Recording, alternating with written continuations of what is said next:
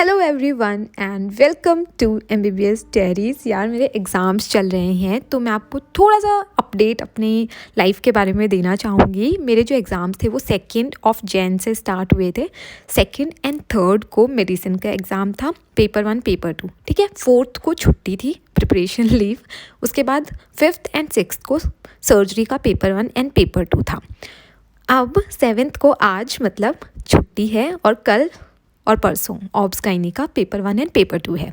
तो आज छुट्टी है और आज अभी मुझे पढ़ाई भी करनी है बहुत सारी। लेकिन मैंने सोचा यार, और मैंने कुछ ना देख रही थी यूट्यूब पे and I really felt like sharing a few things with you guys. Like मुझे ऐसा लगता है कि ना ये मैं उतना वीडियोस नहीं बना रही हूँ ना, स्पेशली लॉन्ग फॉर्मेट टाइप की, तो ये जो कनेक्शन है ना ये थोड़ा कम हो गया है। लाइक कुछ कुछ चीज़ें होती है, कभी कभी ना मेरे अंदर से बहुत आता है कि वीडियो बनानी है, कुछ बातें करनी है। तो आज वही दिन था। इवन दो मेरा कल एग्ज़ाम है, बिल्कुल टाइम नहीं है, बट स्टिल मतलब मैं उतनी टाइम की पाबंद नहीं हूँ। मैं मतलब चीज़ें कर लेती हूँ साथ के साथ, एग्ज़ाम के साथ ही।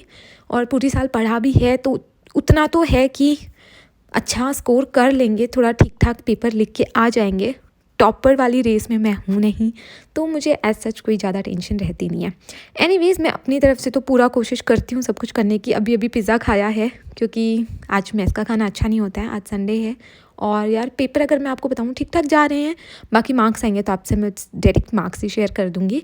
और अभी तो पढ़ाई भी ठीक चली है, मुझे बहुत ज़्यादा टेंशन भी नहीं होती है, मैं बहुत ज़्यादा रोना धोना भी नहीं हुआ है। हाँ, सर्जरी का जो पेपर 2 था ना उसमें मुझे रोना आया था and I was so much stressed, क्योंकि यार इतना सिलेबस था ना और बहुत ज़्यादा रोना आया था उस वक्त मुझे।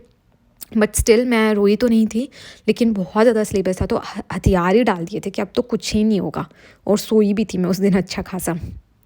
तो ये था थोड़ा सा एग्ज़ाम्स के बारे में।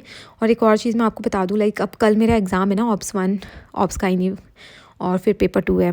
उसके बाद अब है ना सीधा फिर प्रैक्टिकल स्टार्ट हो जाएंगे without any gap. Like 4 practical होंगे हमारे, तो सीधा प्रैक्टिकल्स होंगे। बस बीच में एक नेक्स्ट जो संडे आएगा ना, वो संडे की छुट्टी है 14 की, एंड 15 को फिर लास्ट प्रैक्टिकल होके फिर हमारे प्री प्रॉफ्स ख़त्म हो जाएंगे। तो प्री प्रॉफ्स के बाद अगर मैं बात करूँ तो हमें शायद 15 दिन का गैप मिल जाए एंड फिर हमारे प्रॉफ्स क्या होता है? प्रॉफ हम शॉर्ट फॉर्म होती है प्रोफेशनल एग्ज़ाम्स की, ठीक है। तो ये यूनिवर्सिटी एग्ज़ाम्स होते हैं एंड इनमें पास होना बहुत ज़रूरी है, वरना आप इसी फाइनल ईयर में रह जाओगे, इंटर्न बनने के सपने नहीं देख पाओगे। तो बहुत ज़रूरी है पास होना। और देखो मैं उनमें से तो नहीं हूँ जिसको पास होने के लिए डर लगना चाहिए, बट स्टिल यार एग्ज़ाम्स का एक थोड़ा बहुत डर, थोड़ा बहुत प्रेशर रहता है। बट उतना तो डर वर तो मुझे नहीं है। बट हाँ, जो स्ट्रेस होता है, जो सुबह शाम आप पढ़ रहे हो, मैं कभी कॉफ़ी नहीं पीती थी, ठीक है। बट एक तो यार ये दिल्ली की ठंड, मतलब सूरज ही नहीं निकल रहा था, तो उसकी वजह से, और एक ये थोड़ा रात को थोड़ा एक्स्ट्रा जगना होता है क्योंकि मैं बहुत जल्दी सोने की आदत है मुझे। 11-12 तक मैं सो जाती हूँ, 11-12 बजे तक। बट उससे अगर थोड़ा भी मुझे ऊपर जगना है तो कॉफ़ी वगैरह का सहारा लेना पड़ता है। तो इसलिए मेरा कैफ़ीन इनटेक भी थोड़ा बढ़ गया है। एक अच्छी आदत तो मैं इसको नहीं समझती हूँ, बट क्या करें यार, इतनी ठंड भी तो हो रही है ना, तो इसलिए मैंने सोचा चलो ठीक है पी लेते हैं। और बाकी तो अभी भी मैं पढ़ाई कर रही हूँ ऑब्स गाइनी के लिए ही। कल मेरा एग्ज़ाम है और अभी जो मैं टॉपिक पढ़ रही हूँ आप लोगों के सामने, ये टॉपिक है जेस्टेशनल डायबिटीज़ मेलाइटिस। तो बेसिकली थोड़ा सा इस टॉपिक के बारे में आपको बताऊँ ना, तो जेस्टेशनल डायबिटीज़ मेलाइटिस होता है, जेस्टेशन मतलब प्रेगनेंसी वाला फेज़, एंड डायबिटीज़ मेलाइटिस आपको पता ही है, शुगर की बीमारी है ना। तो जब एक औरत प्रेग्नेंट होती है ना, तो देखो कुछ रिस्क फैक्टर्स भी होते हैं, सब में ऐसा हो ज़रूरी नहीं है, लेकिन हार्मोनल चेंजेस की वजह से, एंड टू बी स्पेसिफिक आपने एनसीईआरटी में पढ़ा भी होगा कि प्लेसेंटा कुछ हार्मोन्स रिलीज़ करती है, लाइक ह्यूमन प्लेसेंटल लैक्टोजन। तो उस हार्मोन की वजह से क्या होता है कि इंसुलिन रेजिस्टेंस हो जाती है एंड डायबिटीज़ होने के चांसेस होता है प्रेगनेंसी में। तो उसी के बारे में मैं पढ़ाई कर रही थी यहाँ पर।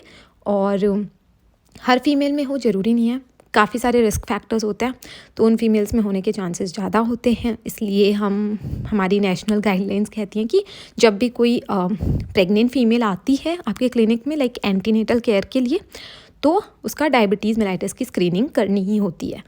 तो यही मैं टॉपिक पढ़ रही थी एंड मैंने सोचा आप लोगों के साथ भी थोड़ा सा शेयर कर दूँ। बहुत ज़्यादा टेक्निकल चीज़ों में नहीं जाएंगे। और एक और चीज़ थोड़ी इंटरेस्टिंग बता देती हूँ कि जो डायबिटिक मदर्स होती है ना, लाइक इनको शुगर है एंड वो प्रेग्नेंट है, तो बहुत ज़्यादा चांसेस होते हैं कि उनका जो बेबी होगा ना वो बहुत बड़ा होगा। लाइक एक एवरेज बेबी का वेट जो है ना वो 3 किलो होना चाहिए जब वो पैदा होता है, ठीक है। 2.5 से नीचे तो लो बर्थ वेट हो जाता है।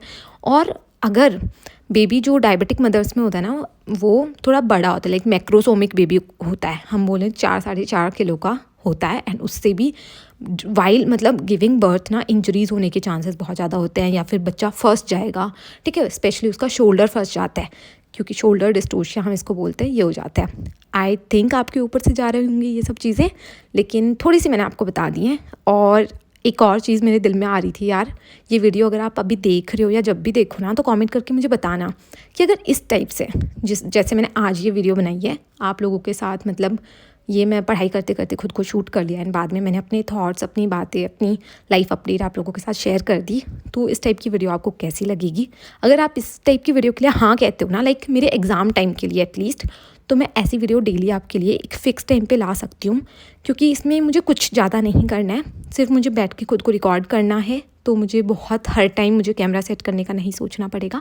So please let me know अगर आप मुझसे थोड़ा कनेक्टेड रहना चाहते हो, क्योंकि मुझे भी बहुत अच्छा लगेगा अगर मैं आप लोगों से कनेक्टेड रह पाई तो अगर इस टाइप की वीडियोज़ के लिए आप लाइक इंटरेस्ट दिखाते हो, दैन फॉर श्योर ऐसी वीडियो मैं डेली फिक्स टाइम पे लेके आऊँगी। आई नो मैंने पहले भी बहुत प्रोमिस करे हैं, बट इस time like new year new me, and अभी मैं सोच रही हूँ कि थोड़ा डेडिकेटेड होकर यूट्यूब पे वीडियोस बनाते हैं, स्पेशली लॉन्ग फॉर्मेट वीडियोस, क्योंकि इन्हीं में ना हमारी बहुत अच्छी सी बातें हो पाती हैं।